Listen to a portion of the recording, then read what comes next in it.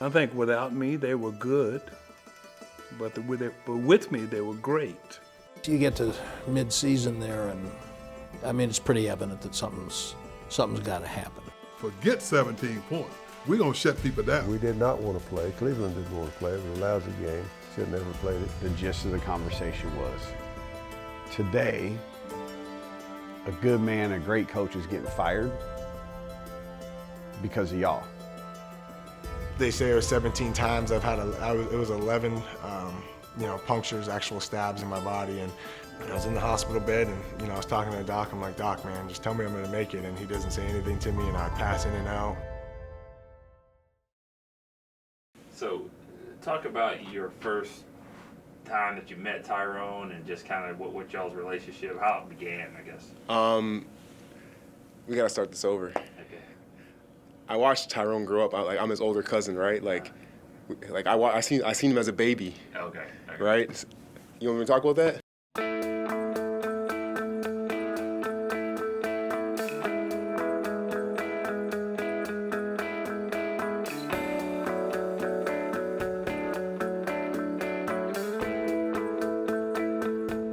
He always had the size, like even as a baby, when he was like 3-4 years old, we could just tell that he was like gonna be a big kid. I had like 15 to 20 kids in the house and they made noise. I never even had a picture up in the family room because, they'd be throwing balls and why get mad at the kids if they knock a picture down, there's kids, they're kids, right? So I didn't have pictures on my walls for like 10 years. 10 years because I knew they tossing balls, tossing each other. It'd be like me, Tyrone, Jamie, Terrence would be there, a couple of Terrence's friends, and it was just like, I don't know, Mama T just had the house. Tyrone's house was the house. It was close to school, so we'd have practices, we'd go there and nap. Weekends we'd be there. There was always food. The food was full, you know what I mean? It was like a lot of jokes, a lot of fun. Just sleeping over and eating craft dinner and hot dogs, and she'd be cooking for us, and we'd be watching movies, and we just always just be there, and wherever whatever we wanted to do, go for rides, because she had a big van, and she'd take us in the van, and we just go for rides and listen to like 90s R&B and just enjoying life. We played sports, we played basketball a lot, and ran around the streets, and it was safe, fun, and definitely enjoyable to roll around Windsor City with their family and friends.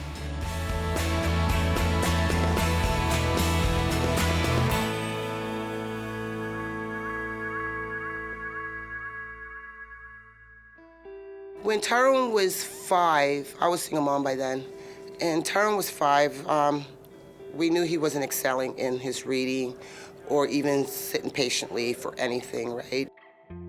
At the time I was distraught, I was confused at why, it was me that I wasn't as smart as the rest of the students, I guess you can say. I wanted to know the evaluation of my child. And I found out that there was a woman that did this as a business, but she was no longer doing it for the education. She was doing it privately in her own home. She spent 4 hours with Tyrone while I was waiting outside into the yard. And she come up with, he's just slow at the things he does, but you have to just give him the chance to do it and he will do it, I was taken away at times from, the normal classmates that I was with. I was taken away to go to classes where they learn at a slower pace. I just had to work harder than everybody else to be on their level. There was those hours where we wouldn't see him. Those times where we wouldn't see him, and he'd be studying. He'd be getting his mind right for, for college or for the next level. The financial demands of being a single parent were compounded by after-hours reading lessons for Tyrone. I know that she worked midnights, she worked, days. She would be in the factory for 9-10 hours a day. She'd work overtime, and that's the sacrifice that she made for those boys. She knew that she was a single mom, and she knew that there were things that she had to do that would help her kids, get to where they wanted to go. She's one of the hardest working people I've ever seen in my entire life, and she doesn't miss work, she doesn't make excuses, and that's something me and my brother took from her. While Tara's work ethic had an enormous impact on the family, it was her dedication as a mom that had the greatest influence on her sons. she never missed a baseball game. She never missed a basketball game. She never missed a track meet. She never missed those things. And you know, as a parent, you know, working those long hours and still making those games, being the soccer mom, you know, she was always there, you know? She's always been that rock, and you know, I'm just super proud of her for how she raised us. And I mean, I know now going into almost being a parent how nerve-wracking that can be, and especially having to do it, you know, by yourself with two crazy boys.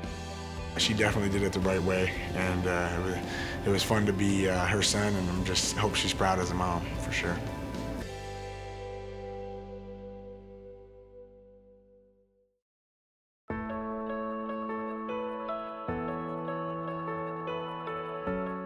Right around late August, early September, I had the opportunity to meet him, and my first impressions of Tyrone were, who is this man-child?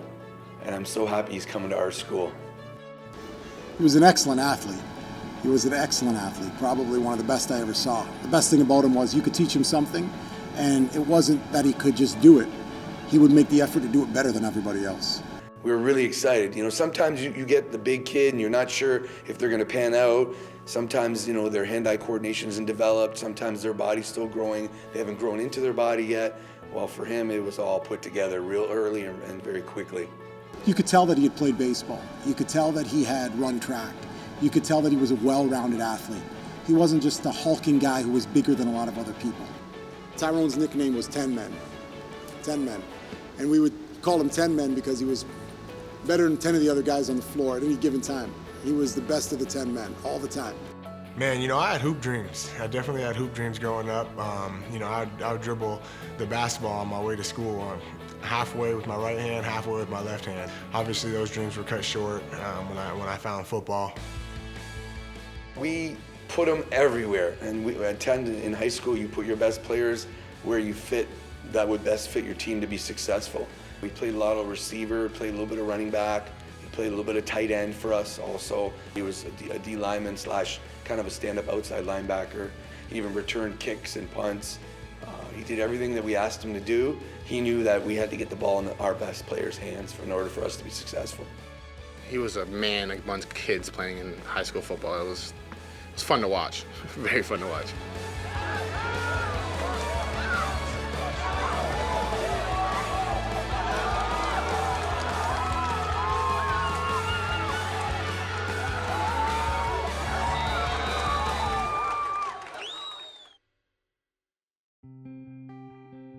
When I first noticed Tyrone being the best in all the things, it was grade 10. And I go to every game and I see it, but I didn't think that it would be, you know, where he could get in and get a scholarship off of. And then they're telling people scholarships. I'm like, well, you know, it's up to him, and if he excels that well, great. That he had some learning disabilities. So he was placed in a lot of the kind of lower level academic classes within our system. So he didn't have the proper courses required for Division I schools. So we had to take another avenue, another route, and that was the junior college route. He didn't have the university classes to go straight to Boise, so when Boise came to recruit him, they actually walked into the basketball gym and he had a game. There was a breakaway and a rebound off the backboard. He comes and he just windmills it. And stands go crazy, and Boise looked at our basketball coach, just like, we want him right away, and they just left. Now, a lot of schools kind of deterred back, you know, in 2007, 2008, when he graduated. They weren't interested in junior college kids as much. They really wanted those D1 kids, the kids that can come out right away. So we had to find a niche and find a school that was interested in taking him. And we're very fortunate that Boise State was very interested in him and was willing to monitor and kind of follow him through his 2 years at Bakersfield College.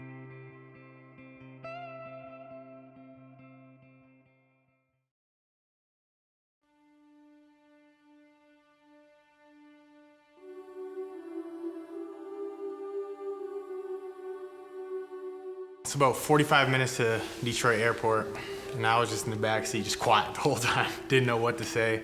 I'm kind of more of an emotional guy I am, so I was just in the back of the seat, didn't know what to do. We dropped him off, and then me and my mom just hugged each other and started crying, and got back in the car and head home. And then I guess, you know, I just try to reach out to him as much as possible. We talked every night to make sure he was good, and played Madden online and stuff. Still try to keep that brotherhood together, you know? You know, we would Skype probably once every couple weeks. You know, we talk on the phone, we text, but those Skype conversations were just always about, like, man, like, I was just being so proud of him and just, you know, letting him know, like, do not think about coming back home because there's so much opportunity out there for you, and do not look back. You know, you're where you are for a reason, you know? What I instilled in my son before he took off to college, I was hoping he would keep that and wouldn't have to worry me about what's he doing? Is he hanging with the wrong people? Is he doing this? Is he doing that? I called him when I could, but I never was able to go down there because I could not afford it. So, and that's where we left it at that, is just calling and just trusting Tyrone. That's all I could do.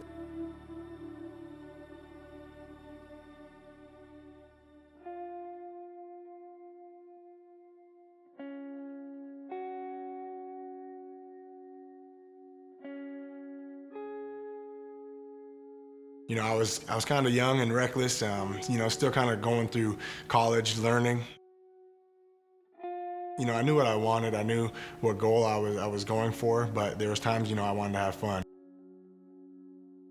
So we hopped in the car with a couple friends and we went out to a party, and it was across the tracks, and we were having fun. It was a good old time. We was in the backyard, and you know, we thought there was maybe like 20 people there, and we were, you know, talking to girls, mixing and mingling, and a couple guys got jealous, and as we go to leave, we're kind of getting kicked out, pushed out of the party, so we're like, okay, you know, we're leaving, and one of my roommates, I'm not gonna say his name, but he was asked a question at the gate. I can't even really remember the question, but you know, he turns around and he says, I'm from New Orleans, and knocks the guy cold out. I looked over at my one roommate and my other roommate, and we were like, all right, we're gonna have to fight our way out of this one. So we fought, and we fought, you know, a bunch of guys, and it kind of like died down, and we're all still standing. And at that time, you know, we were thinking there was 20 guys at the party, and then there's another 30 guys that ran out of the house. So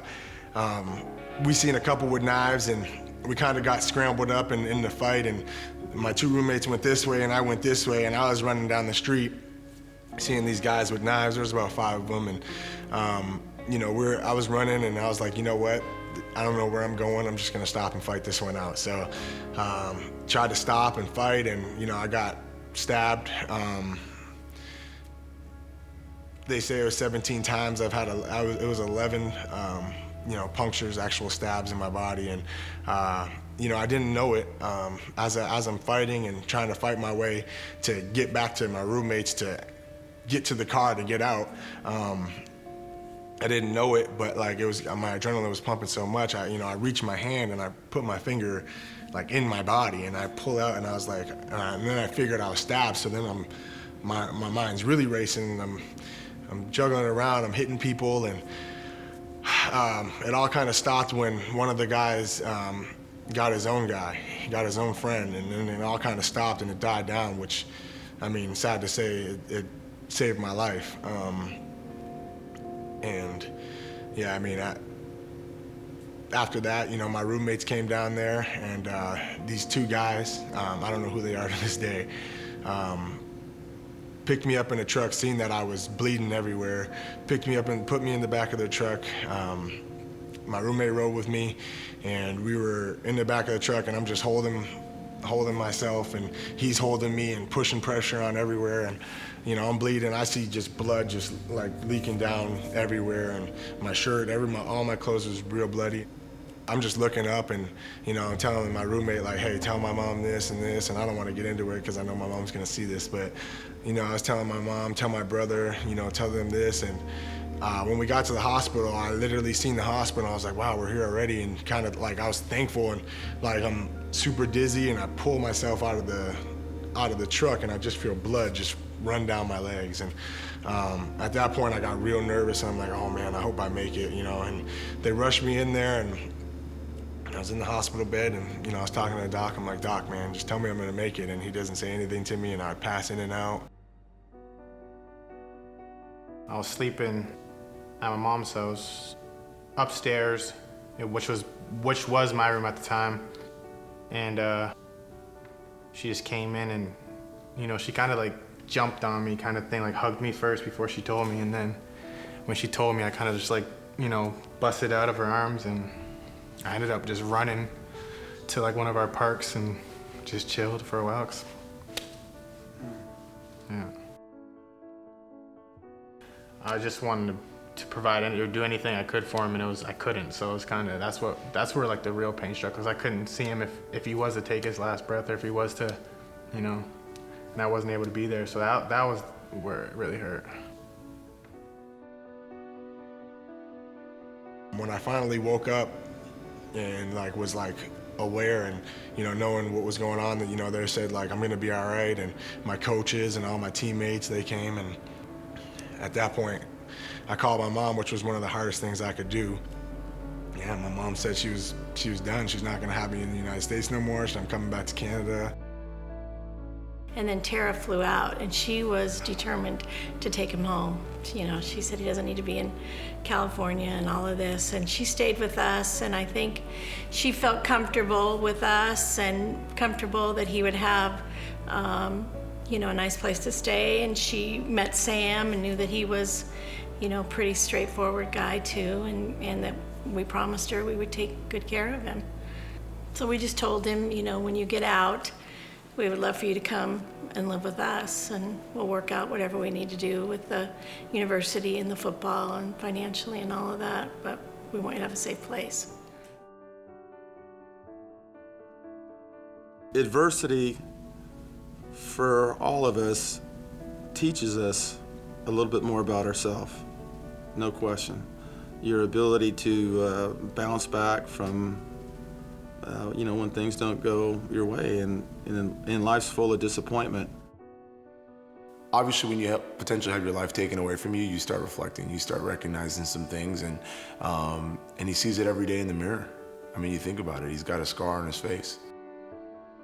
Yeah, it might have been something that a lot of people would say is the worst thing that's ever happened to you, but a lot of times I say it's probably the best thing that's ever happened to me, because, you know, I learned so many things. I've learned to, you know, fight through adversity. I've learned to, period, not be stupid and think about the situations you're getting into. My conversation with him was basically, hey, you made a bad choice, learn from it. It's a life lesson. And, you know, there's a lot of people that make bad choices, and you don't recover from them. So when he's looking himself in the mirror, he's seeing, wow, what a great life I have.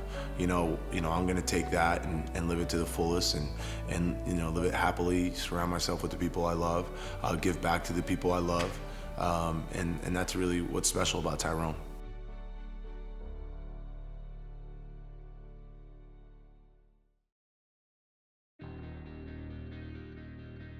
Tyrone's 2-year stint at Bakersfield College was nothing short of spectacular. And with the near-death experience behind him, it was time to get busy living. The best thing that happened to me at Bakersfield was Bakersfield, man. It was my whole experience there. It was going from Canadian football to American football. It was going to Canadian academics to American academics. It was the struggles, the adversity that I had to go through to meeting my wife. A girl that immediately I knew, with her swagger and everything about her, I wanted to marry her, and I mean, super thankful that God put me in that place to meet her. The pieces of Tyrone's life puzzle were starting to fit into place. And despite his immediate dominance on the field, there was still plenty to learn. He was a deer in headlights. You know, he's in the 99.9 percentile of just about everything. You got this guy who's a big, physical, thick-boned guy that can run, athletic, but, you know, his knowledge of the game, his fundamental background in the game was pretty much non-existent. He didn't have all the answers, and he knew that. And he knew it was going to be a steep climb. You know, you don't conquer Rome in a day, right? And he was about the grind. He was willing to put the time in. He knew he was going to have some rough patches along the way. It wasn't going to come easy. And I think His humility enabled him to grow faster because he just took it all in.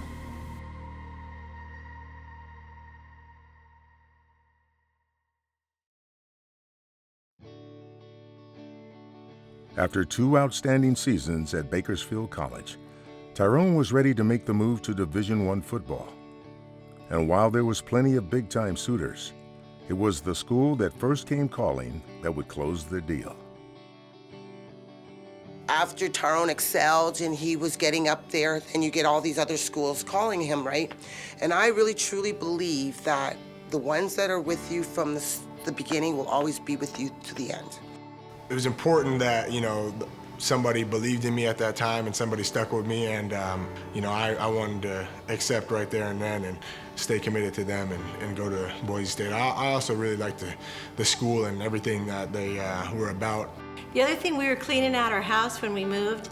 He had hundreds of letters from universities that were never opened, you know, because he was intent on Boise State.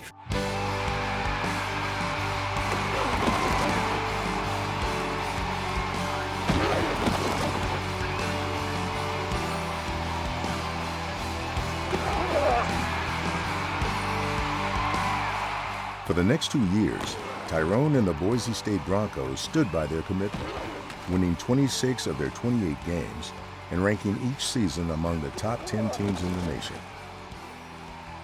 And by the end of his senior campaign, talk of a future in the NFL began to spread. I always dreamt it. It was always something that I wanted. Definitely didn't believe in myself at the time that it was attainable. You know, when that year came around, it got a little nerve-wracking, but it was fun at the same time to know that, you know, I had that shot at the NFL. And when it finally, you know, got going, draft time came around. It was another exciting process, and just waiting to see if it was actually going to happen.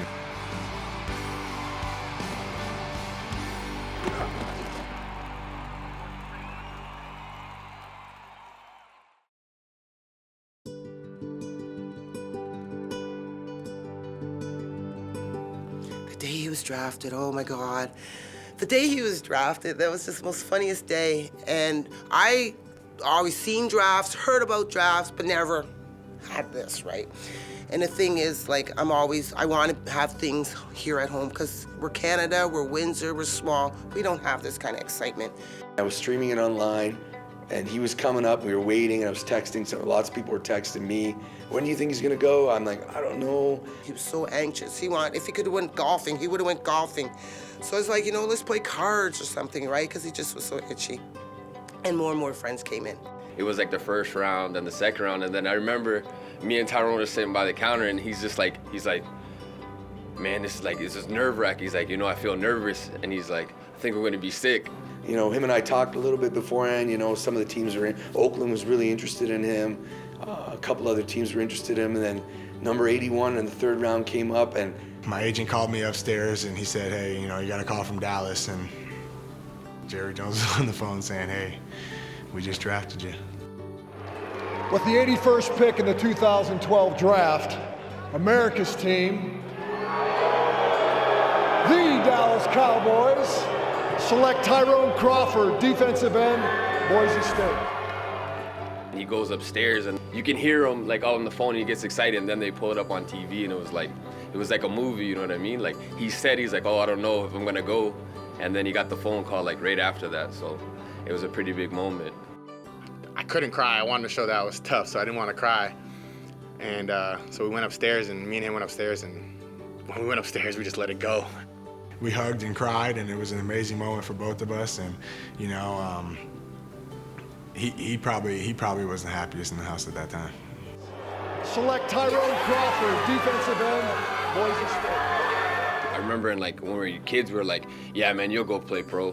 And we all say it as kids, you know, thinking it, but it's like, when we actually seen it, like, it really hit us like, oh, this guy's really playing for the Cowboys right now. Even though it's my son and the happiness should just be within my family, I don't feel that way. I just feel that I should share it with my city, I don't know what it is. I just feel that my city should be sharing this. The kids that are coming up should be knowing this, you know, and feel the butterflies that I feel, because maybe one day they'll be there. Our school was extremely proud of him. All the teachers that had an impact on him were extremely proud of him. And it was great for our city. It was great for our community. It was just a blessing all across the board. And it really put Windsor on the map, and Windsor, Essex County, and it was really cool. To get that call from the Dallas Cowboys was amazing. I knew best franchise in sports history, so when I got it, I was in awe. That was my mom's favorite team, and my mom had passed away. I know she was just a butterfly in heaven just to know this, that he was going there, right? And that was the best.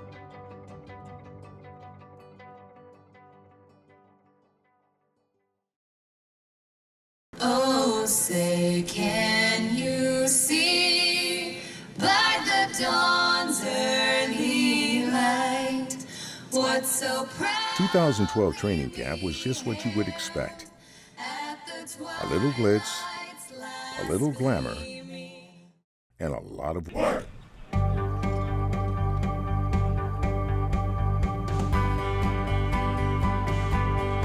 Work, learn, recover, repeat. For Tyrone, the Oxnard experience was one more step in his football journey. In just 5 short years, Crawford had navigated the lonely landscape from Canadian obscurity to Cowboy celebrity. And though there was still room for improvement, the dream of an NFL career was starting to take shape. Continue learning, continue asking questions no matter who you are. You would see D. Ware asking questions all the time. And, you know, I take that. I try and learn. I try and steal. I try and steal moves from other players around the league. So I love learning. I love learning the game, and, you know, I don't think I'll ever stop.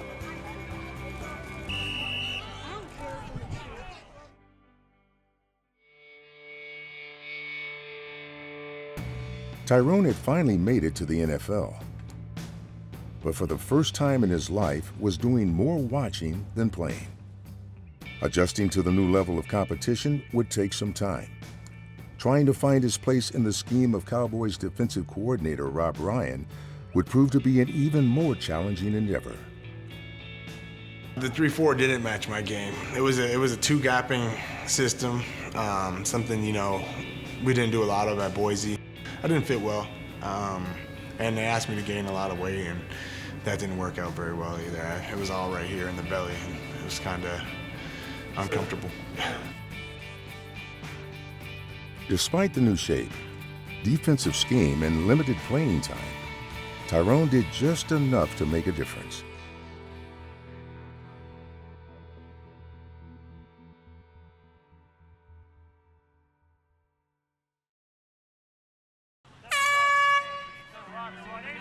2013 brought some promising changes for Tyrone Crawford and the Cowboys. Monty Kiffin, the creator of the legendary Tampa 2 defense, replaced Rob Ryan as defensive coordinator. The new system placed a greater value on speed and agility in the defensive line and was built on the foundation of a 4-3 set. These adjustments allowed Tyrone to shed nearly 20 pounds, move back to the outside where he flourished at Boise State, and secure a more appropriate jersey number for an NFL edge rusher. We had a conversation about him switching from 70 to 98.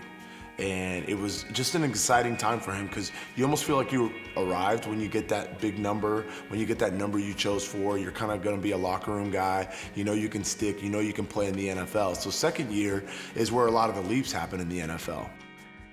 But on the first day of training camp, number 98's prospects for a breakout season would take an unfortunate turn. Kind of just walked through pace, jogged through. We were just going through bags, and, you know, I felt something pop, and thought somebody threw something at my heel, and it was my Achilles tearing, a complete rupture of my Achilles, and yeah, I mean, I was out for the season. It was kind of a similar situation as to when I heard about his incident in California, but it was him on the phone, so I wasn't as scared, but he was kind of tearing up and was like, man, like, I'm out for the season. You know, the adversity of tearing your Achilles just kind of brings another doubt, you know, a speed bump into your head. Wow, like, why did this happen to me? I've never had this injury before. How am I gonna rebound from this? You know, especially someone with Tyrone who's always worrying about, you know, what people are thinking in management. You know, he knows how cutthroat this league is. And so, you know, questions start going through your head.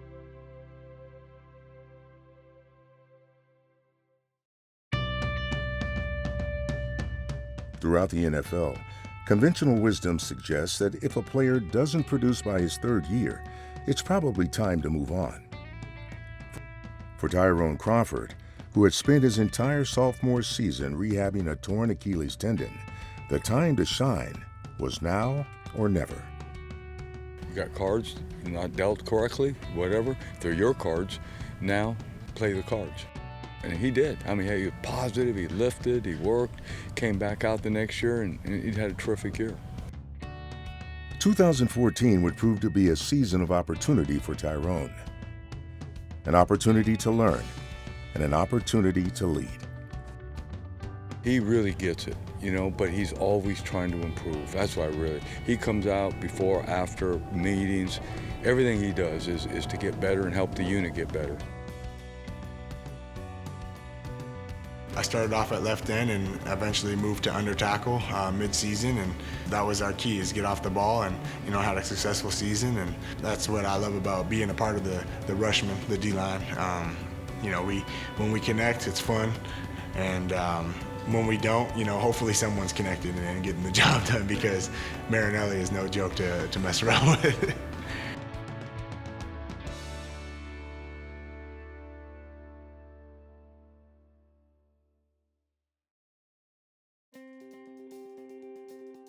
With a new contract and a fresh desire to prove his worth, Tyrone Crawford's fourth campaign as a Cowboy was filled with high expectations.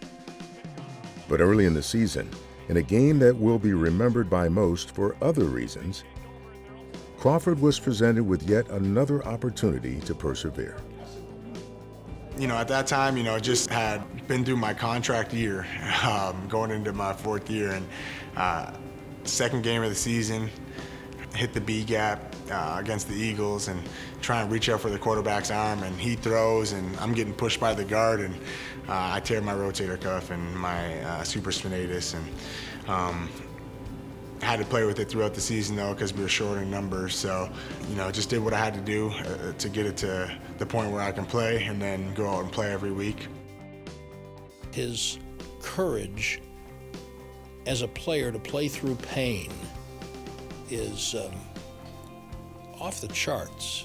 Now, I'm telling you, 2 years ago, I had a rotator cuff operation. Now, I'm fat and old and out of shape, but a rotator cuff's a rotator cuff. And he played a whole year with a rotator. He played football for a year with a torn rotator cuff. That's crazy. Oh, that's hard now. I mean, that's your livelihood. Use your hands, your arms, your shoulders. He's just tough. He came in, he played, and you know, trying to help this team win, and that is the leadership that I admire. It's not the talking, it's the action, and that's his teammates see that, and we as coaches see that. I don't try and come off the field for anything, to be honest, and if it's, especially if it's needed. If we can have somebody that can do it and can be on the field, then you know, I'm okay with them being on the field and getting the job done. But if the job's not getting done, and you know, we need me to be on the field to, you know, at least, you know, stop the run and get the things done that we need to get done, then I'm going to be on the field, no questions asked. Tyrone finished the season with 1 torn rotator cuff, 5 sacks, 35 tackles, and the respect of every player on the team. The best thing is he's a real pro football player. That's what pro football looks like.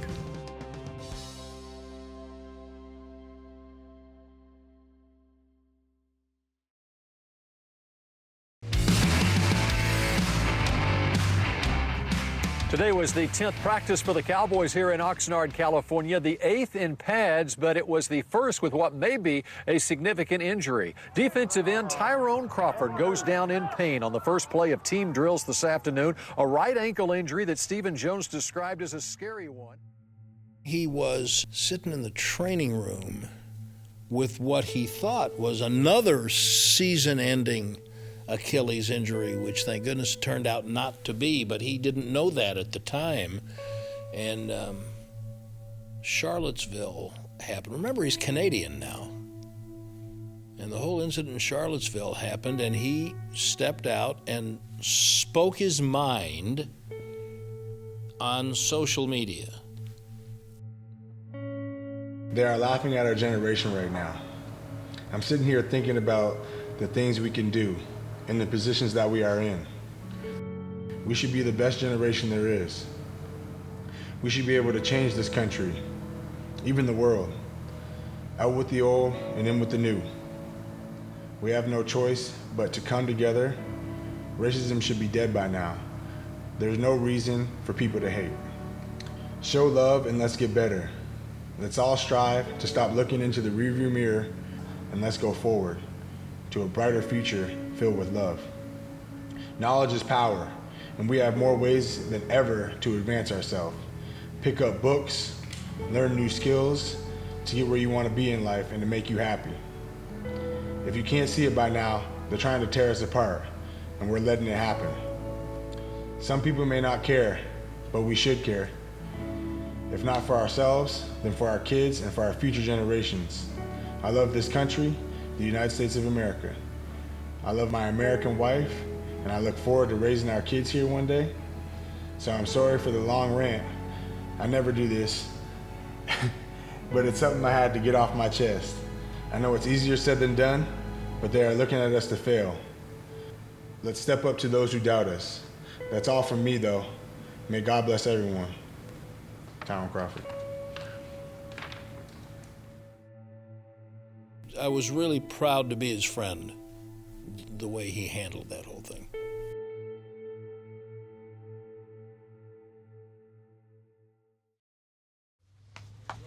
Hey, good job, guys. Hey, take those drills, bring it home, show your teammates, hey, and keep working like that, all right? Let's go work on three. 1, 2, 3, work!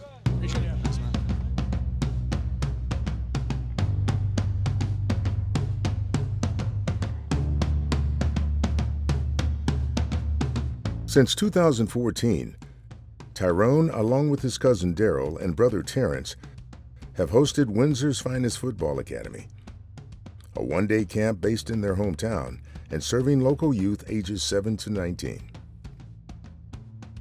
You know, he's the face of the camp. He's the face of Windsor. He's been bringing 5-6 Cowboys every year. Now he's branching out. He got Kyle Wilbur from Oakland Raiders and Jack Crawford from the Falcons, and he's just bringing all of his friends that he's kept close ties with and brings them back to Windsor to, you know, teach the youth not only like football skills, but like, you know, just the proper things to do in life and just how to become a better person.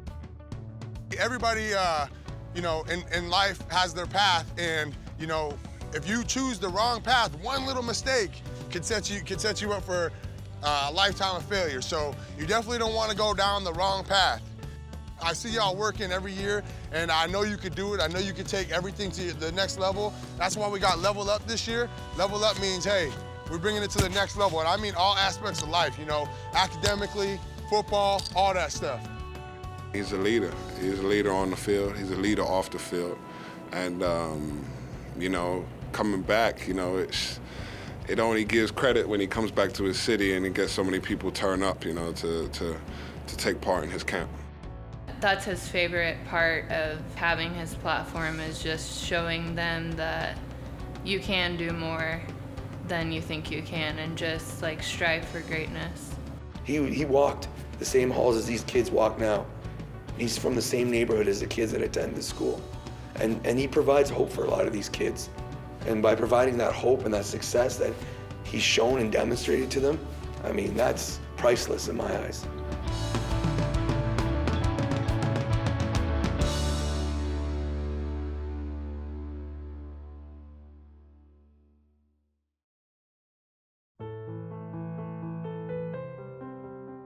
Coaches and scouts often refer to the motor of a defensive player, that immeasurable but treasured trait defined by one man's relentless pursuit of the objective, and characterized by an unwavering determination to fulfill his destiny.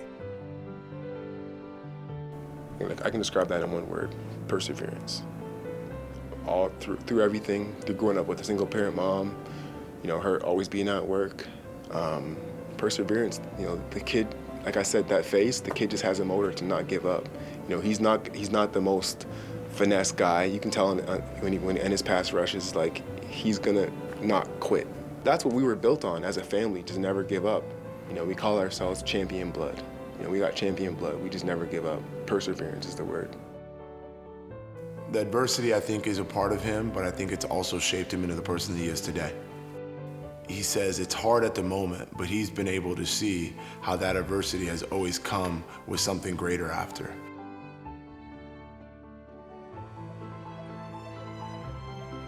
In less than 3 decades, Tyrone Crawford has overcome a lifetime of adversity. More trials will certainly come, but the foundation built by the family that loved him, the friends that welcomed him, the teams that trusted him, and the future that awaits him will once again provide the strength he needs to carry on.